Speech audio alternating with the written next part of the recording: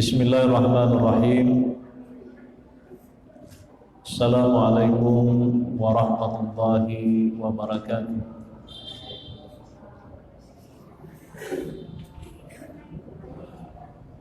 Alhamdulillahilladzi an'ama alaina bi ni'matil iman wal islam.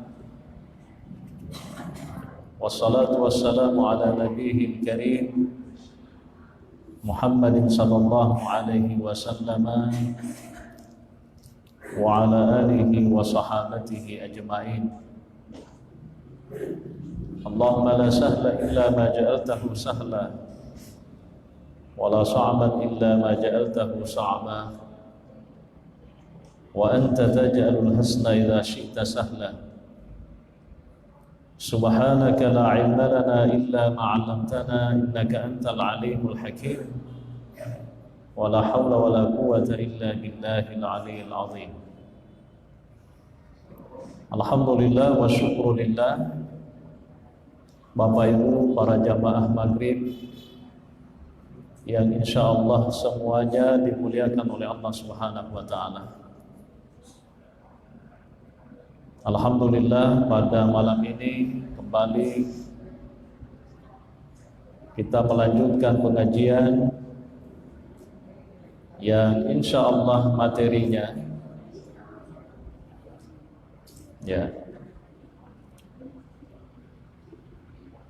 secara khusus terkait dengan masalah awal sanatin jadidah, tahun baru Hijriah. Kita ingin sedikit mengupas kenapa dan ada apa di balik tahun baru Hijriah itu. Pertama, Bapak Ibu sekalian,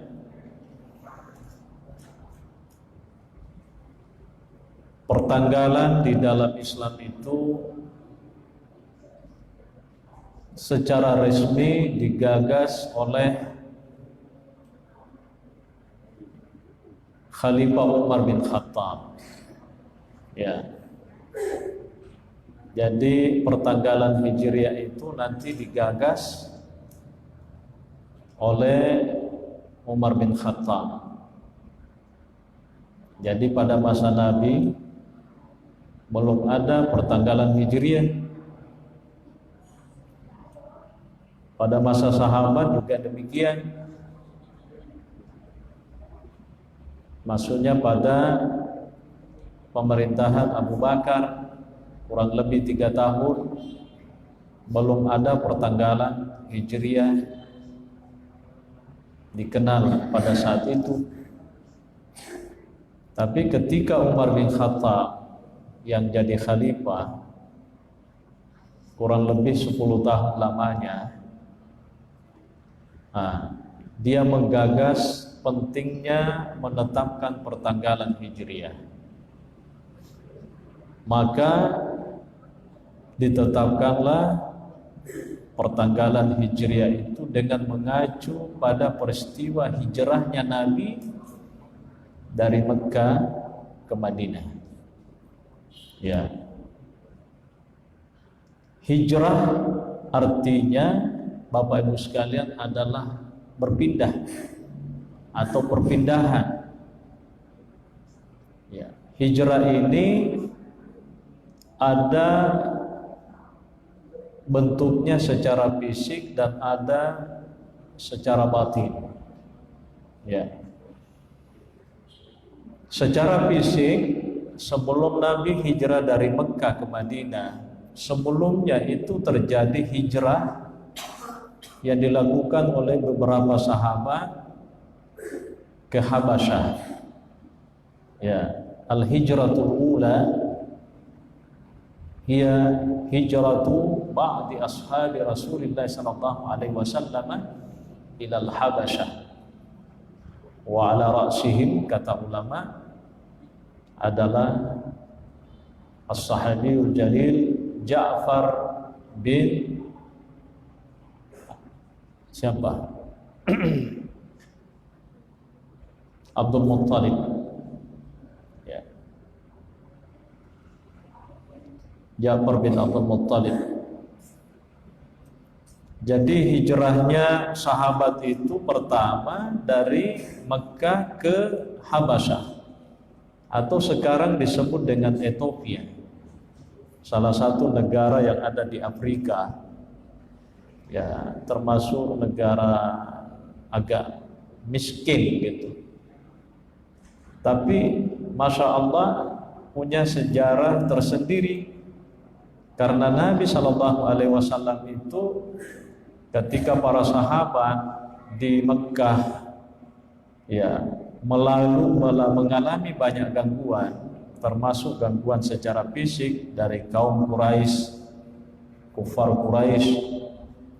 Ya, Nabi tidak bisa membendung mereka, tidak bisa membela, melindungi mereka, sehingga Nabi mengatakan kepada para sahabat-sahabatnya, lebih baik kamu hijrah, tinggalkan Mekah menuju ke suatu tempat atau satu negeri di mana di sana diperintah oleh seorang raja dan tidak satu pun masyarakatnya dizalimi. Itu disebutkan di dalam hadis bahwa pergilah kamu ke Habasyah, inna fi ardil Habasyah malikun la yudlamu indahu ahad. Inna fi ardil Habasyah malikan la yudlamu indahu ahadun. Karena di Habasyah itu ada seorang raja, ya, memerintah, berkuasa, di mana di sana tidak satu pun dizalimi. Jadi dia mau Islam, mau tidak Islam, tidak ada kezaliman. Nah, sehingga kemudian para sahabat itu datang ke negeri Habasyah yang dipimpin seperti yang disebutkan dalam riwayat, ya, dipimpin oleh sahabat Ja'far bin Abdul Muttalib, pamannya Nabi sallallahu alaihi wasallam. Ya.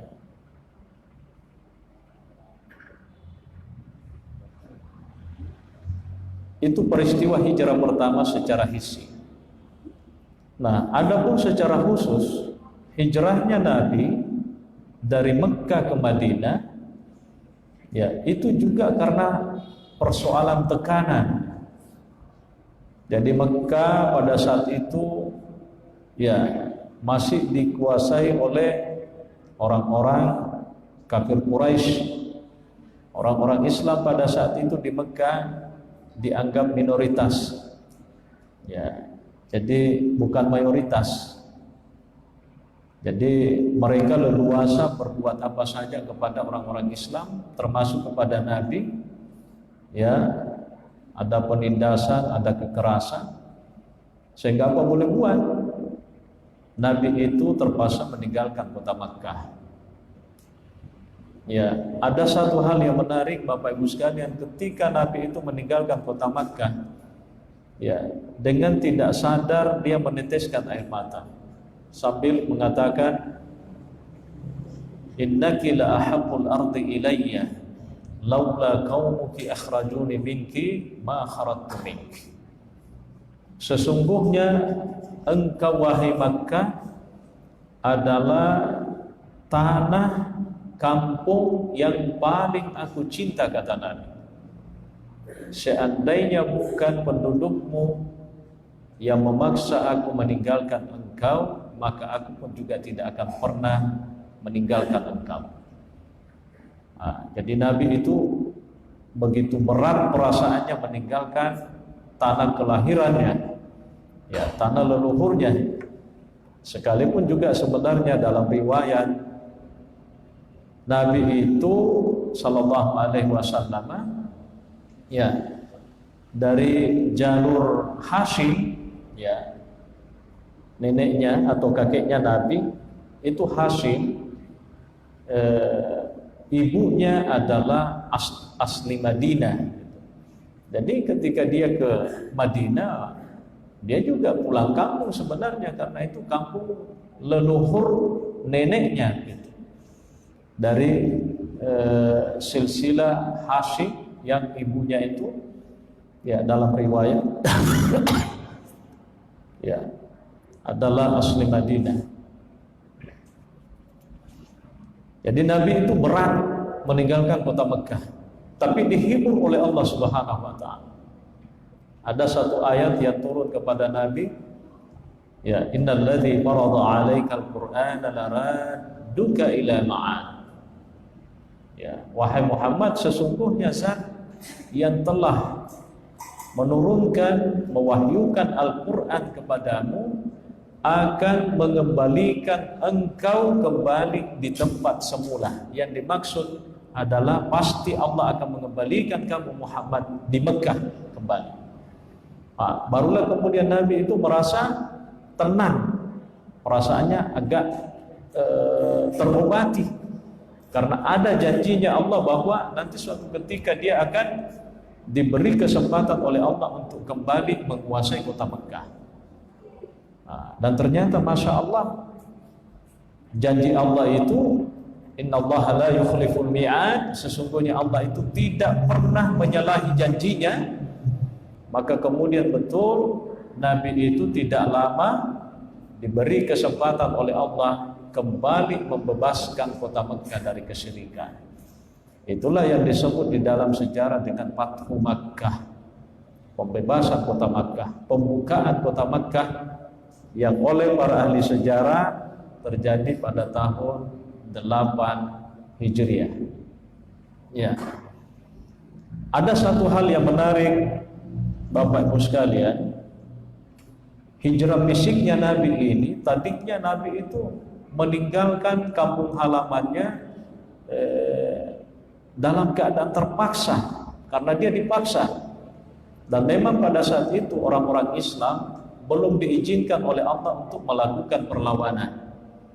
Ya, seperti yang kita tahu Bapak Ibu sekalian, yang namanya ayat peperangan itu nanti turun ketika di Madinah. Ayat-ayat tentang hukum termasuk peperangan itu semua adalah ayat-ayat Madaniyah istilahnya, bukan ayat-ayat Makkiyah. Ayat-ayat Mekah yang turun di Mekah sebelum Nabi hijrah itu lebih fokus pada persoalan akidah, ya. Tapi setelah Nabi hijrah itu fokus pada persoalan hukum. Dari 6.000 sekian ayat itu, ya menurut para ulama hanya kurang lebih sekitar 500 ayat Al-Quran yang bicara tentang hukum. Di antaranya adalah tentang bolehnya melakukan perlawanan terhadap musuh yang mencoba untuk selalu mengganggu. Jadi Nabi tidak melakukan perlawanan. Akhirnya dia meninggalkan kampung halaman. Nah, itu terjadi hijrah secara fisik menurut para ulama itu pada 1 Muharram. Ya. Intinya adalah ketika Nabi itu kembali membebaskan kota Makkah, orang-orang kafir Quraisy yang tadinya mengusir Nabi semuanya ketakutan. Bitahu mana nih? Maka daman rasa nih, naisuk mana nih? Kita akan dihabisi oleh Muhammad bersama para sahabat-sahabatnya. Karena orang-orang Islam itu pada saat itu sudah mayoritas, sudah kuat sekali. Dan dia datang ribuan jumlahnya untuk membebaskan kota Makkah. Orang-orang kafir Quraisy di Makkah itu ketakutan.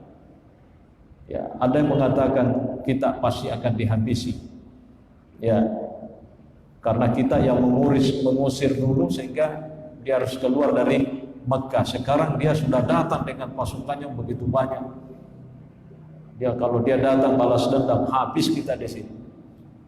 Tapi Masya Allah Nabi ya Sallallahu Alaihi Wasallam itu ternyata datang kembali membuka kota Makkah bukan karena dendam, tapi ya membebaskan kota Makkah dari kesyirikan, plus mengajak orang-orang musyrik yang ada di Makkah untuk masuk Islam tanpa ada paksaan sedikit.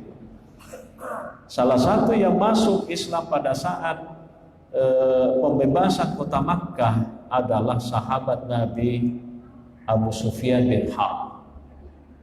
Ya, Abu Sufyan bin Harb itu adalah seorang sahabat sebelum masuk Islam, termasuk orang yang selalu berusaha untuk mencelakai Nabi dengan berbagai macam cara, ya, untuk mencelakai Nabi SAW. Tapi ketika Fatuh Makkah, dia diberi hidayah oleh Allah dan akhirnya masuk Islam. Ya, tentu saja Abu Sufyan bin Harb ini adalah seorang tokoh Quraisy yang sangat berpengaruh ketika dia masuk Islam. Masya Allah, luar biasa. Bahkan Abu Sufyan bin Harb itu punya punya putra namanya Muawiyah. Muawiyah itu ponakannya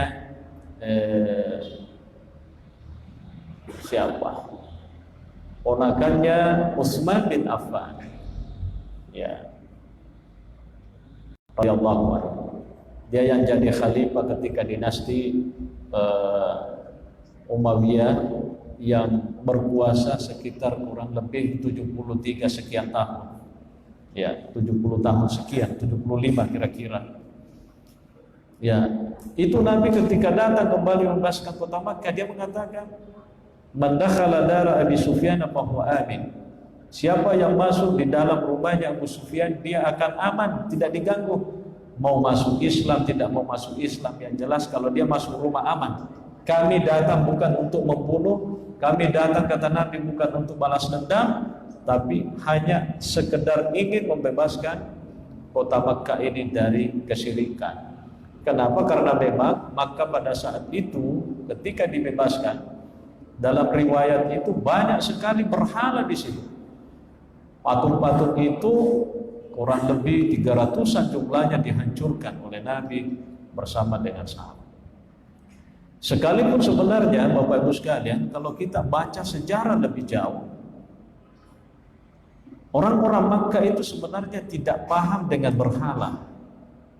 Ya, mereka itu istilahnya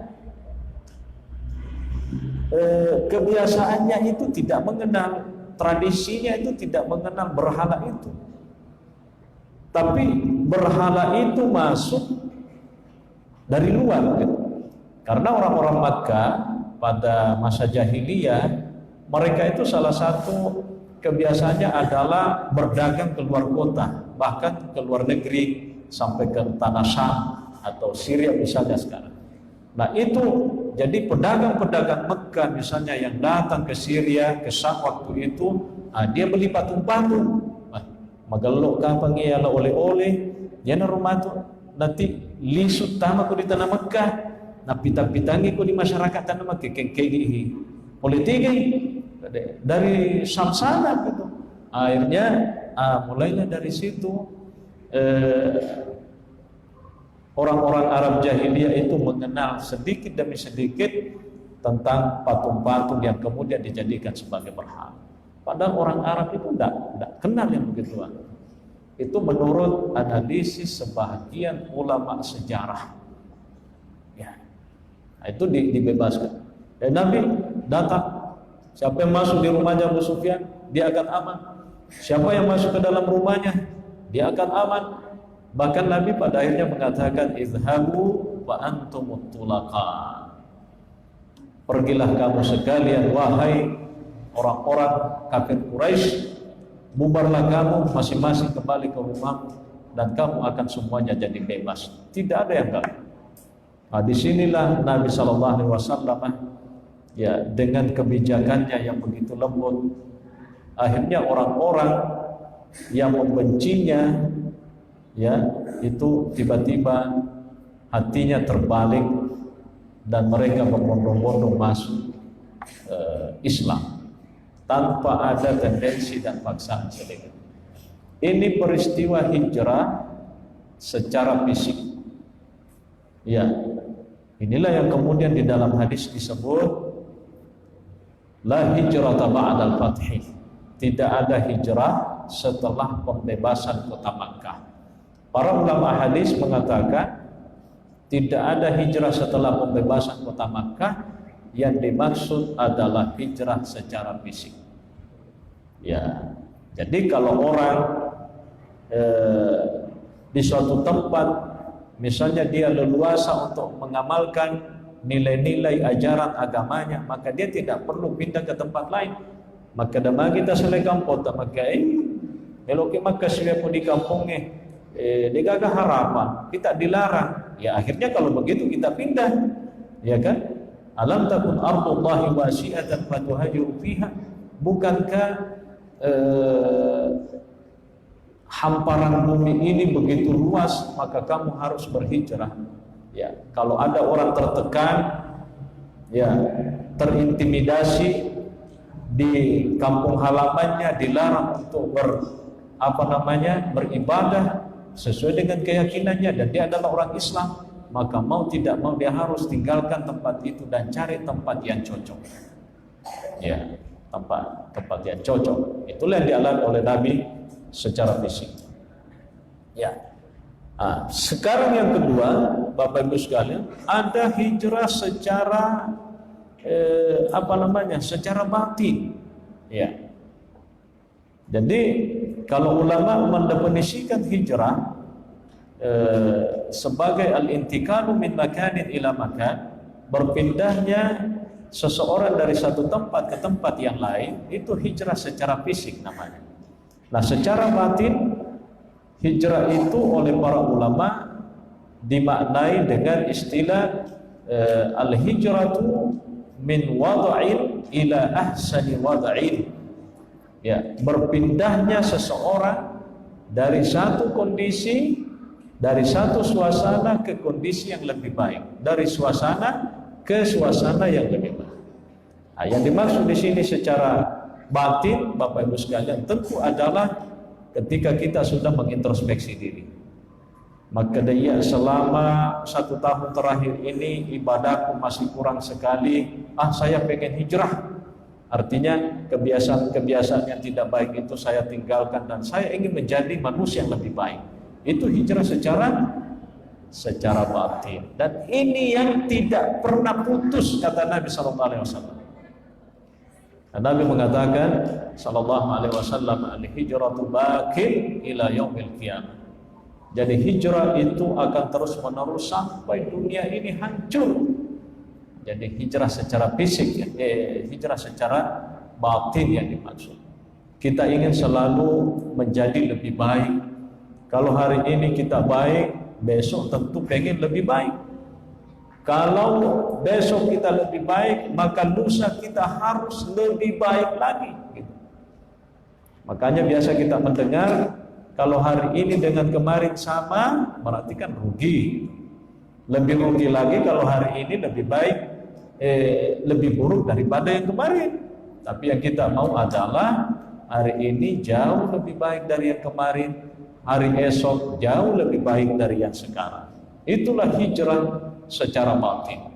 Dan ini rupanya Bapak Ibu sekalian, istilah hijrah ini sudah mulai dipopulerkan oleh kita.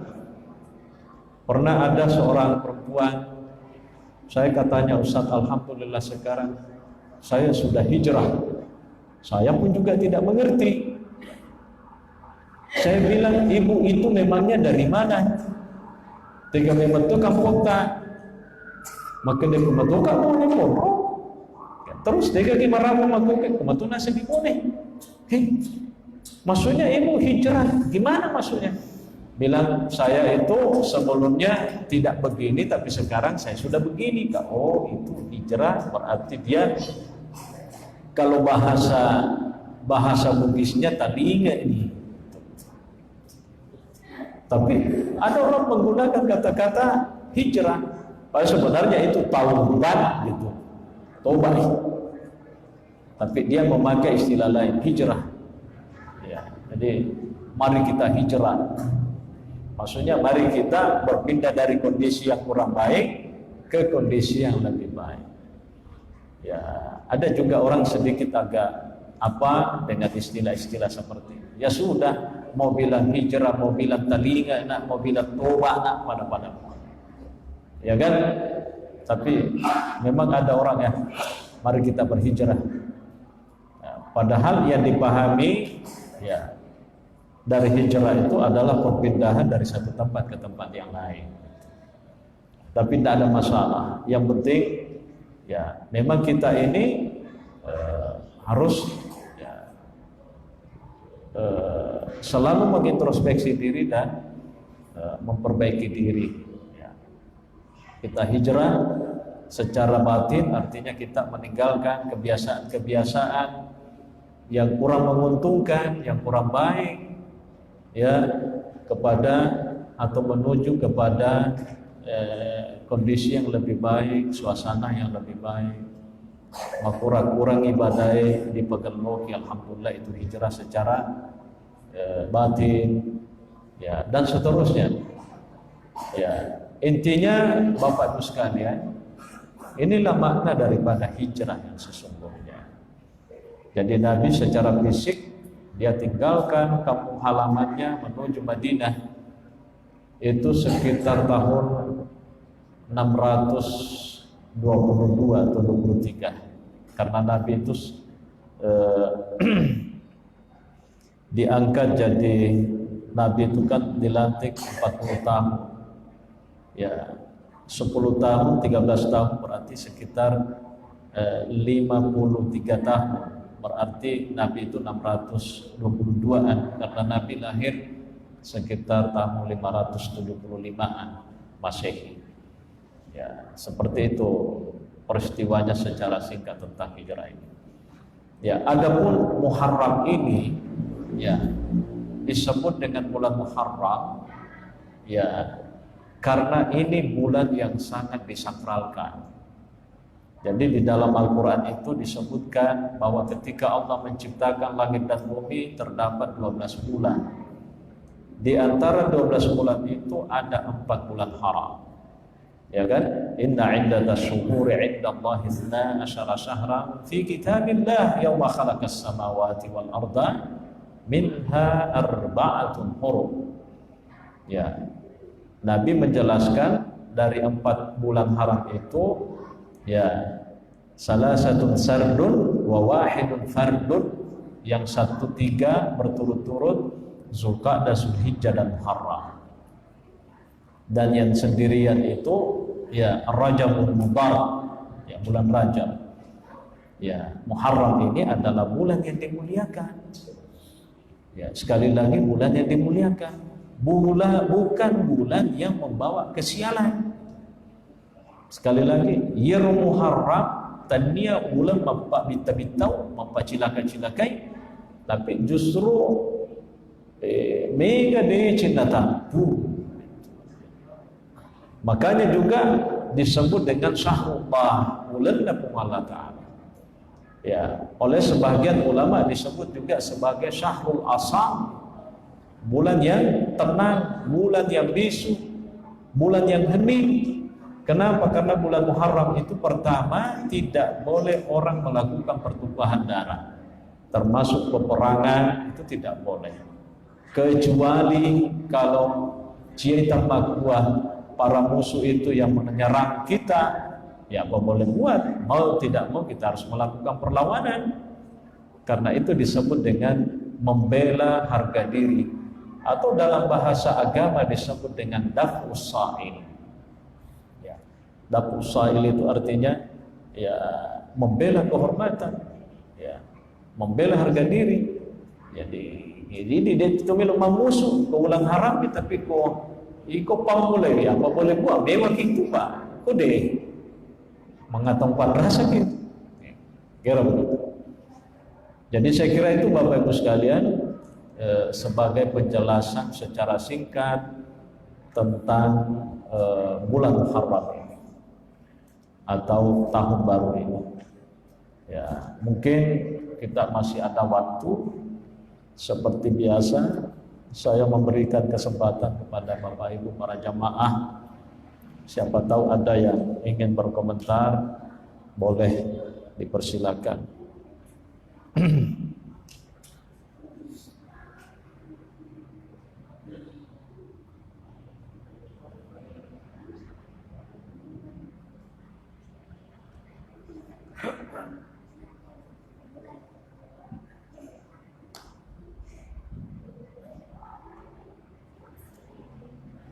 Itu kan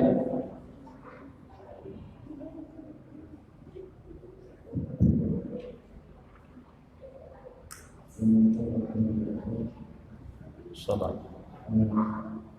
Yang saya mau bahas ada yang viral di media sosial seorang penulis disertasi yang mau SD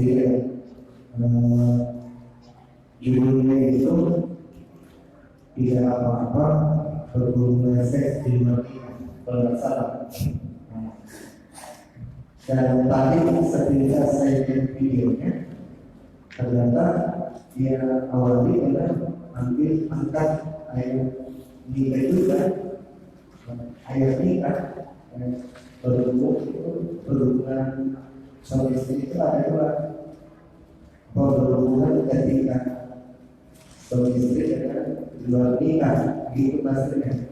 Nah, yang saya mau ini bagaimana kenapa berhubungan tidak apa berhubungan ya, itu haram hukum. Tidak perlu dikomentari. Kata ulama, la ibrata bil dhanni al bayyin khatmu. Tidak ada nilainya sesuatu yang nyata-nyata salah. Itu tidak perlu dikomentari. Tapi kalau secara teori kita mau tahu, tanpa apa saya komentari. Nah, itu disertasi di Jogja, ya. Jadi ada seorang menulis yang intinya terkesan bahwa melakukan hubungan, ya, di luar nikah atau sebelum nikah itu halal gitu, ya, dengan menganalogikan istilah milkul yamin, ya kan, au ma malakat aymanukum dzalika adna alla ta'ulu. Itu dalam Al-Qur'an. Konsep ma malakat aymanukum itu adalah perempuan budak, atau bahasa hukum fikih disebut amatun, itu yang ada dulu dan itu sudah dihapus. Jadi konsep perbudakan masa dulu pada awal Islam itu ada, tapi itu konsep dibatalkan, dinasah. Nah, rupanya ada seorang pemikir, dan pemikir itu adalah orang Syria, ya, namanya Dr. Sahrul, ya. Jadi Sahrul, dia bukan seorang ulama. Dia bukan seorang ahli hukum, bukan seorang ahli tafsir, tapi dia adalah seorang insinyur, tapi konsen menulis buku tentang agama. Itulah teorinya yang dikaji, bahwa perempuan yang disewa disamakan dengan konsep milkul yamin atau budak pada masa dulu. Kan itu memang halal, budak perempuan itu dulu halal. Mau diapakan oleh tuannya boleh, bahkan kalau dia mau jual boleh, tapi itu dulu, dan itu dalam Islam sudah dinasah, sudah dibatalkan hukumnya gitu. Nah, ini yang mau dihidupkan dengan menganalogikan itu, bahwa perempuan misalnya dalam konteks sekarang yang penting kurangi muaja mote agak melok muko kengi itu nama dosa. Tidak mungkin. Kalau itu yang terjadi, bahaya. Zaman-zaman itu, iya, kena mantu makun reng, yang mana rumah zaman-zaman maka di magelo yang banyak mentoni, Tony Dwi. Tapi magan ko si mata mimanay, di ka nambe na. Ya kan? Begitu. Jadi jangan terlalu jauh di komentar yang begitu. Itu konsepnya Sahrul yang ingin dikembangkan. Dan itu sudah diklarifikasi. Lucunya, yang begini-begini kenapa lolos? Gitu. Lebih lucu lagi, ya, pembimbing dan pengujinya ternyata juga mengkanter pendapat itu. Saya juga tidak tahu kenapa bisa dia kantor. Kenapa tidak dari awal di kantor memang bilang jangan mau tulis, itu kan tidak ada di gunanya. Ya, jadi ya istilahnya mungkin dia cuci tangan juga karena dikritik sudah, kok bisa-bisanya ada seperti ini, itu kan? Itu zina, jelas sih, zina. Ya.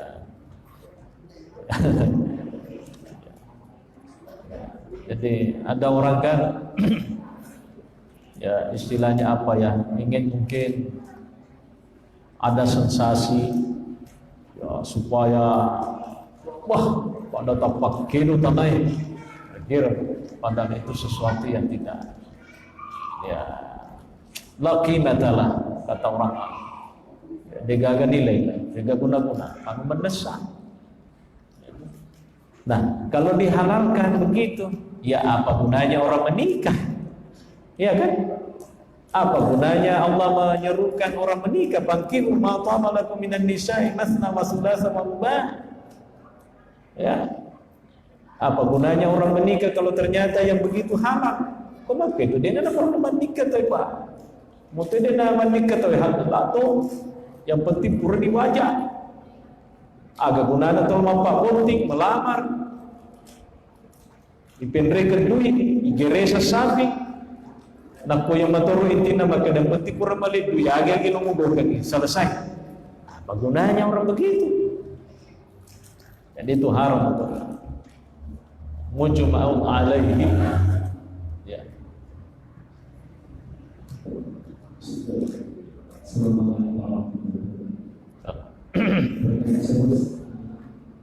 Sejak kapan muncul persepsi bahwa bulan Muharram itu bulan kesialan, bahkan sampai masih dipertahankan terus.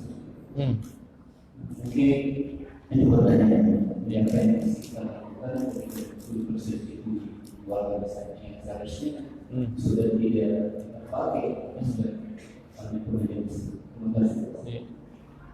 Sejak kapan muncul persepsi pendapat bahwa bulan Muharram bulan sial? Ada bonga enggak maraja? Iya, dia itu bisa. Saya pun juga tidak tahu sejak kapan. Tapi rasa-rasa sejak nenek moyang kita barangkali. Pak Yero nenek tariolo makbang. Ngeramu Pak ya. Tidak boleh orang manja. Kapan dia manjat, jatuh, dipotong telinganya. Nah, mestinya kau mimpi tapi nak bendu ilari yang luka di rumah sakit di Burang. Bendu itu di mabendi ni, di rata situ cilin dah ni. Mati apa ni? Itu kan? Itu nenek saya dulu almarhum kakek saya pernah bilang begitu. Kalau lagi jangan kau mimpi, baku mimpi kau bendu, rata tu dah cilinmu. Minta ni. Apakah dia hanya menakut-nakuti atau bagaimana? Termasuk dia tahu melu minrek bola baru dari bulan Muharram ini. Termasuk juga Bapak Ibu sekalian, angka tahu dia melu mempaboti bulan Muharram ini. Saya hanya ingin menyampaikan Fatimah, anak perempuannya Nabi, itu dipersunting oleh Ali bin Abi Thalib pada bulan Muharram. Jadi ipalakaini pangulutta Fatimah rinabitta sallallahu alaihi wasallam, ya itu pada bulan Muharram. Alhamdulillah malampai mato sunatna mabijamato. Ya, dan isu-isunya persoalan ini ada sebagian masyarakat kita. Deno tinggi dicapat atau mampak pun cek di Muharram. Maka mati yang pun tinggi. Itu juga ya itu anunya orang tua kita itu. Dan itu masih di masyarakat kita. Ya. Dan itu sesungguhnya tidak seperti itu. Ya ruya sake aja ke pengalatan misangi. Ya kondi janji memang katau motif cedi Muharram tanpa mati. Ya ini janji pada pastrok itu magai tak selesai lagi maka dah magai tanpa mati. Nah tanpa mati itu ni maka dah omat memang deh matullah di konti te cedi Muharram tapi sirunal alasan itu kasuistik. kasuistik. Ya, perlu dilakukan penelitian. Coba siapa-siapa yang menikah 1 Muharram. Coba, siapa tahu ada sudah. Berapa anaknya, sudah berapa umurnya, maka deh kemana, tapi mati mana nih. Jadi yang begitu ya, kita serahkan sepenuhnya kepada Allah. Dan Muharram bukan bulan siang, tapi syahrullah. Maka depan ritai syahrullah, bulan Allah Ta'ala. Muharram itu tidak sembarang disandarkan kepada namanya Allah, kecuali punya banyak kelebihan dan keutamaan. Ya. Terima kasih. Salam.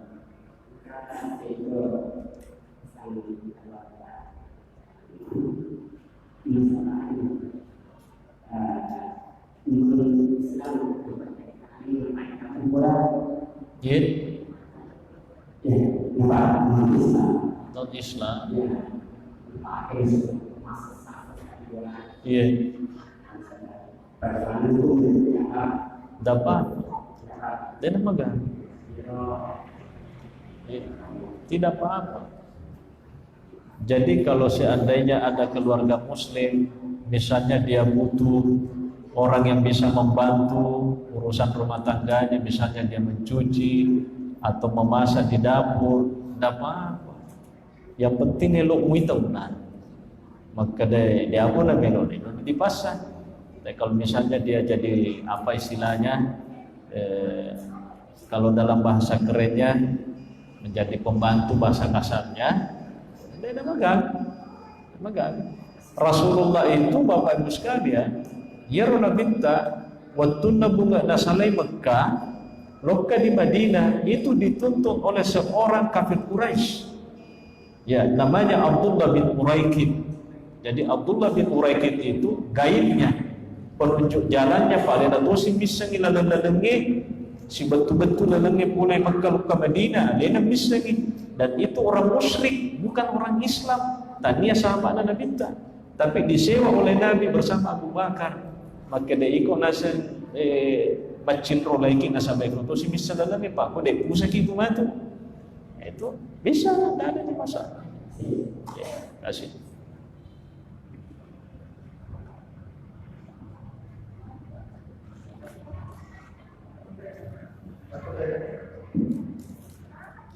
Ibu-ibu,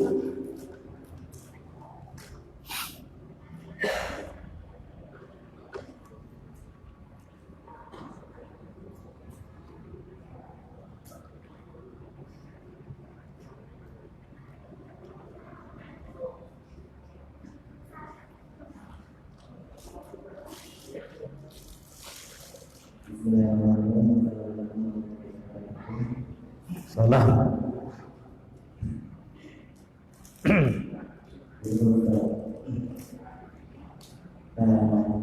Boleh ya Ustaz, sebelum melakukan pernikahan, sebelum melakukan pernikahan, ada perjanjian kedua belah pihak bahwa tanah tiga tidak akan berlaku pada saat bersamaan suami dan dalam tersebut. Agak ulang. Perjanjian kedua belah pihak. Ya. Masing-masing kedua belah pihak melakukan perjanjian tanah tiga tidak akan berlaku apabila suami mengucapkan langsung 3 kali dalam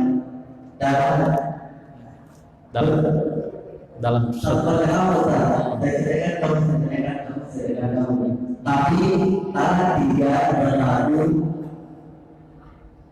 apabila tanah itu diucapkan pakai dia Ustaz. Misalnya bulan ini sedangkan kamu, bulan kedua sedangkan kamu, bulan ketiga sedangkan kamu, baru tanah itu berlaku Ustaz. Ya. Begitu. Pertanyaannya, boleh tidak Pak Ustaz berulang perjanjian seperti itu? ya. Selesai. Baik. Jadi talak 3 itu yang diucapkan berturut-turut, itu mayoritas ulama mengatakan bahwa itu waka satu kali saja, hanya satu kali saja. Makiri-kiri utelok itu dihitung satu. Tapi Umar bin Khattab itu justru menghitungnya 3 kali. Maka dia tuh suruh supaya geri, lupa. Akan telak jatuh talak 3. Itu pendapatnya Umar bin Khattab. Tetapi mayoritas ulama sahabat yang lain mengatakan ya talak langsung 3 kali sekalian itu dihitung satu saja. Jadi itu diperselisihkan.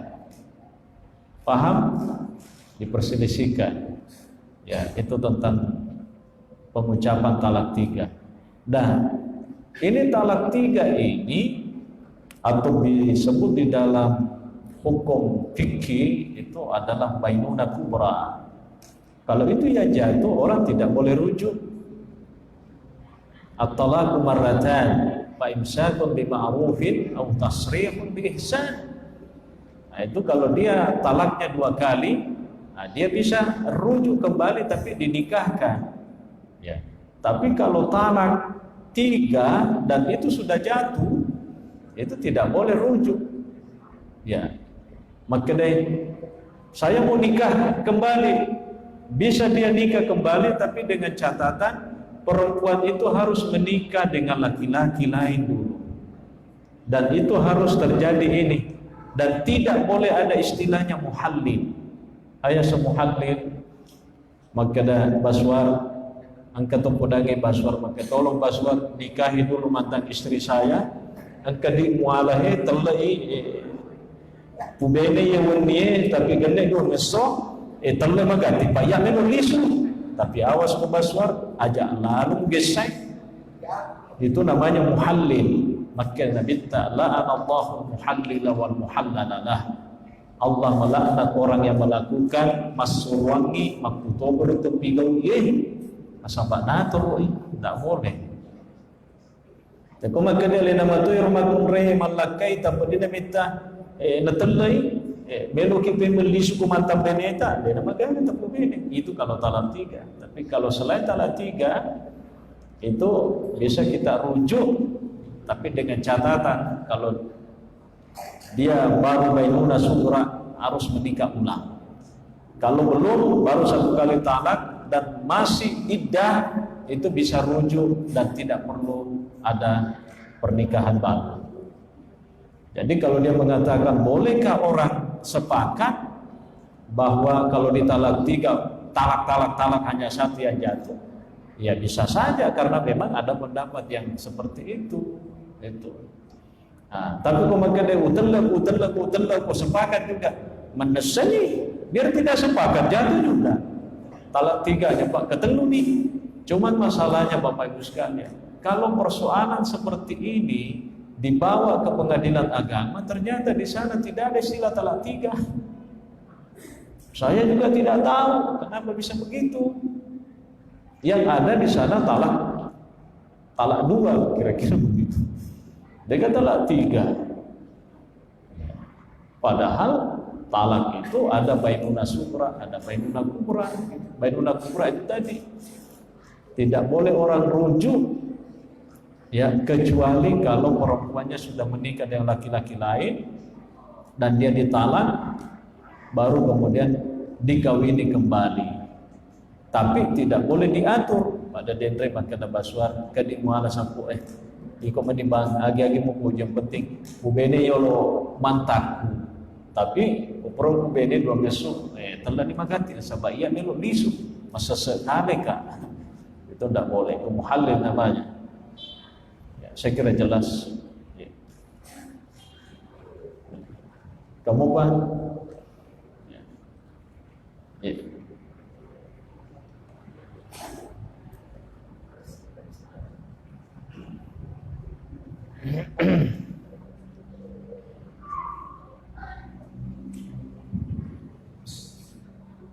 Assalamualaikum warahmatullahi wabarakatuh. Waalaikumsalam. Tadi saya tentang kita masalah karena tadi ada dalam perjalanan makan di tempat di restoran. Iya. Ini ada biasa teman atau pejabat yang diantar di warung apa ini? Islam atau Cina? Iya. Jadi kalau dia warungnya dari non muslim, Iya. dia tidak akan makan tetapi dari pertama. Ini mungkin bisa diberikan Ustaz penjelasan. Iya. Apakah kita ini orang muslim kalau kita makan di tempat warungnya non muslim, Iya. apakah? Dan kedua, barangkali kalau memang di haram ini, apakah kita ini undang non-muslim acara pesta? Non-muslim kan biasa diundang di acara pestanya, dan non-Islam diundang acara non-muslim. Iya. Apakah kita itu di tempat itu kita makan dikategorikan haram? Iya. Barangkali dua pertanyaan saya. Iya. Terima kasih. Iya. Pertama yang harus diperjelas itu Pak adalah makanannya itu sendiri. Kita makan apa di warung situ? Makan ikan digoreng dengan minyak kelapa. Dengan apa? Nasi. Selesai. Halal hukumnya dimakan. Tapi kalau misalnya sudah jelas kita paham bahwa ini daging tapi dagingnya bebek misalnya, maka kita coba-coba bawan. Wah itu tidak boleh. Haram hukumnya ya, bebek tanda bebek. Ya. Ya, itu kalau jelas seperti itu Pak tidak boleh. Tapi pada dasarnya orang makan di tempatnya non muslim itu halal. Wa ta'amul ladzina utul kitaba hillun lakum wa ta'amuhum hillun lahum. Wa ta'amul ladzina utul kitaba hillun lakum wa ta'amukum hillun lahum. Ya. Makanan orang-orang non-muslim yang ahlul kitab itu halal bagimu wahai orang-orang Islam. Begitu juga makanan wahai orang-orang Islam halal bagi mereka. Itu ayat Al-Qur'an. Yang penting yang dimakan itu apa? Itu saja. Itu saja. Tapi kalau misalnya kita pengen lebih hati-hati, ya sudah lebih baik kita cari aman, cari warung yang kira-kira memang pemiliknya orang Islam. Ya, apa? Saya biasa masuk di restoran Cina, di restoran non-Muslim. Tapi kan ada di kodenya bilang ini. Dan orang non-Muslim itu juga kalau kita misalnya orang Islam diundang datang, juga ternyata mereka mengerti bahwa orang-orang Islam itu dia makanannya yang ini. Mereka juga Masya Allah begitu paham. Jadi kalau seperti itu tidak paham. Ya makanya. Yang mikomilu kiri-kiri dan jama-jama makanya. Uli inap panasungan ya, aja puda-puda makanya wangi. Pas sama teriak batu tanpa itu tidak boleh. Kalau kita tahu tidak boleh dimakan. Tapi makan merasa nih. Pura-pura ini diandai pedis apa boleh buat ma'azur itu dimaafkan karena kita tidak tahu. Tapi kumentangangi Andre kayak makin bola ada ya. Maka dia itu masakan anu Pak Wahyu dia. Oh, itu tidak boleh lagi. Jelas Pak hukum tadi. Makasih. Detonaga kamu paham?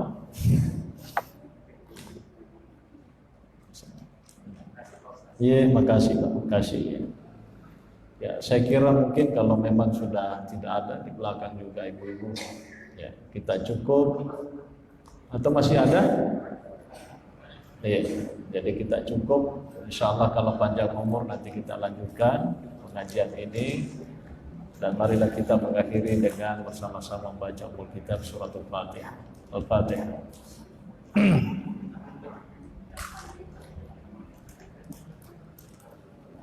Alhamdulillahirabbil alamin. Assalamualaikum warahmatullahi wabarakatuh.